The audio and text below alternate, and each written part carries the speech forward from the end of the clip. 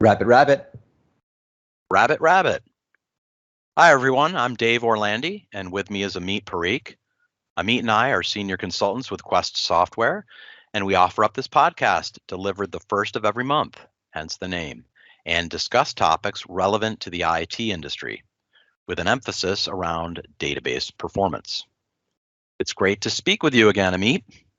Yes, Dave, how are you doing today? Not bad. I drove my daughter into school this morning a little late because they had a delay because of the winter weather. And as we were driving in, I kind of mentioned to her that, hey, I'm kind of feeling the after holiday blues, not feeling quite as uppity, maybe a little low, maybe a little less motivated. And she kind of agreed with me that, you kind of have to dig a little bit deeper right after the holidays and to kind of get going and take on the work day or the work week. Ain't that the truth? In fact, I was thinking the same thing. How am I going to recharge myself after these holidays? And then all of a sudden, we're now well into January, and February is upon us, and time is just moving along. So absolutely, I feel the same way. It's just interesting, right, that we have a few extra distractions as we come and turn over into the new year, but we always have a priority on our mind, which is, our current jobs and the things that we do as a profession. So I definitely agree. What is it that we can do to improve upon? We do a lot of reflection as well. A lot of companies and corporations are going to meet and think strategically about what's ahead, both for the near term and the long term as well. So I guess much to look forward to, but at the end of the day, we're still sort of trying to kickstart ourselves into 2022. And it's a weird juxtaposition too, isn't it? With here we are trying to jumpstart ourselves, and yet time is still flying by. One way that I've found is a good way to kind of refocus and get that juice, if you will, is creating checklists for myself. And if you remember, in our last episode, Clay talked about the power of those checklists to kind of get those important things accomplished one by one. Yeah, I think you need to have a checklist. And I think it was a great reminder, obviously, Clay being a seasoned consultant and DBA, but in any profession or any walk of life, as you turn the chapter, as you turn the page, the only way that you can know where you're going or how much you've accomplished is if you have those measurements in place, or if you have sort of outlined, what the pathway to success might be, what it is that you're trying to achieve, what are these milestones. But a checklist is, at the end of the day, can really level set sort of where you should be at this current moment, right? I mean, Clay mentioned, right, ignoring sort of a superstition at your peril. Well, I will even go even further by saying it's good to have a checklist. Ignore those at your peril. Absolutely. And, the checklists I think are best for those things that maybe aren't the things that you need to do on a regular basis. And speaking in terms of the DBA world, the hope is that you're going to automate most of that. The things that need to be done day in and day out, or week in or week out. Hopefully you've automated those things. And so, a great example of that is database backups, right? And so maybe for conversation's sake, let's say we're talking about SQL Server backup and restore. Backups really should be automated and should be something, you set it and forget it. But do you really want to forget it? You and I were talking about this recently, that most everyone does remember the idea of backups and, the different types being whether it's a full backup or a differential backup or maybe even transaction log backups. Those are usually set in place and good to go. But as we were talking about recently, it's the restore that kind of gets overlooked, right?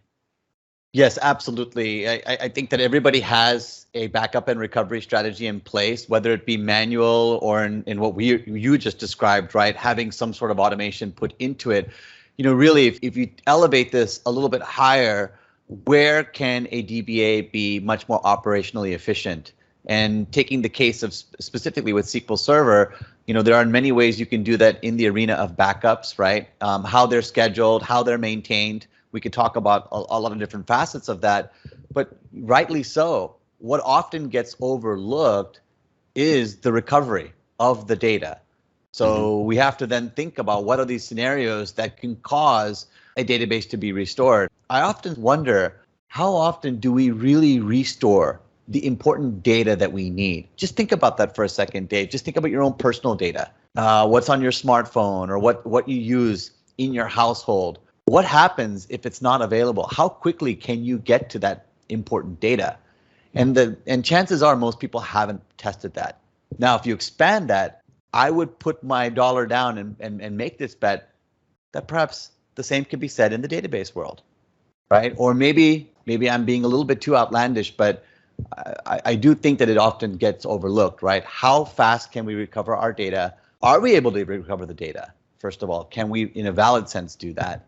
Yeah, you need to have that peace of mind that whatever you've backed up can be restored. And so again, it goes back to automation. If it's not automated, if you don't have maybe restores automated as well, you're probably going to have that go farther down the list in testing those backups to make sure that they will restore, right? But I think the key point around automation is it's not just about automation. What it's doing is it's allowing. So we just talked about, right, that especially when you're turning into a new year, there's a lot of things that are floating around in one's mind around strategically and tactically what one must do. We have projects, we have deadlines, we have just our work days. What automation allows you to do is take those things that we often forget or take for granted, but give us that insurance policy that it will be executed, right? So remember a few months ago, we had that podcast. I just remembered this, right? This was back earlier in 2021, right? What happens when we're away on vacation? What is the insurance policy that Foglight gives us?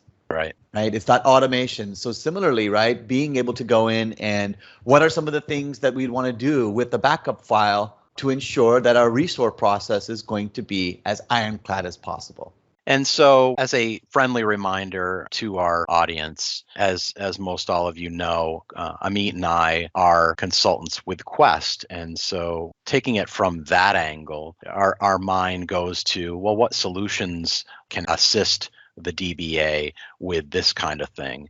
And if you take a look at the landscape of backup and recovery, there are a number of solutions out there. So you have the enterprise-wide, all-in-one type backup and recovery solutions. But then there are the point solutions, or ones that are more specific on backing up and recovering particular things. So let's take databases, for example. I would say most DBAs would probably prefer a solution that is going to be laser focused on the backup and restore of their databases and get those capabilities that make those jobs easier to do it. So with Quest, we offer a solution called Lightspeed, and it's a backup and recovery solution for SQL Server. And I think it's important to make sure you're leveraging the right tools in the right way to get those very important tasks accomplished. The last thing I would say about this is when I first started with Quest and was familiarizing myself with the various solutions, I was working with a peer of mine about the Lightspeed solution, and something he said really stuck with me, which was, why do we back up? It's not for fun or for your health. It's so you can recover, right? So you have the ability to recover what you've backed up if and when you need to. Yeah, and well said. I think that, it really speaks volumes in terms of and I like to call it working capital. When you have information that's backed up, what you're doing is you're not only protecting your business, right? The data that's vital to your business's ability to perform, but also you're giving yourself a value multiplier, if you will, because you're allowing yourself to have interoperability with that data. We can talk about how with a solution like Lightspeed, how you're able to, within SQL Server, restore the specific data that you need. So it's not only specific data within objects, but it's also specific rows of data. The other thing is that when it comes to just manageability, and when you talked about automation before, what a lot of folks are trying to get a handle around is the total cost of their backup and recovery strategy, specifically around storage. So when you have functionality in place that can automate, for example, the cleanup in a very intelligent way, can go out there and can clean up files based on a time or whatever policy that you might feel is important for dictating how much you retain, that's going to, in a long term, be advantageous. So all of these things, right, are built into this solution that speak to automation, but like you said, allow you to become much more laser focused. What often happens with enterprise level backup solutions is that they want to make sure that they can be ubiquitous across the environment. So they try to take the lowest common denominators. But what often happens is that there's a trade-off when it comes to the efficiency of recovering, right? The flexibility around recovering. So why should you have to restore an entire database, for example, if you really only want to get to a very small, important piece of critical data? Precisely. And Amit, how many times have we spoken with customers that have said that very thing? And sometimes when you look at other solutions, even the native solution to SQL Server, sometimes that falls short. Certainly with older versions or additions, where I'm sure none of our listeners have ever done this, but maybe a critical table was dropped accidentally, and if you're left with the only option to recover the entire database, that's not trivial. That could take days or certainly several hours to recover that.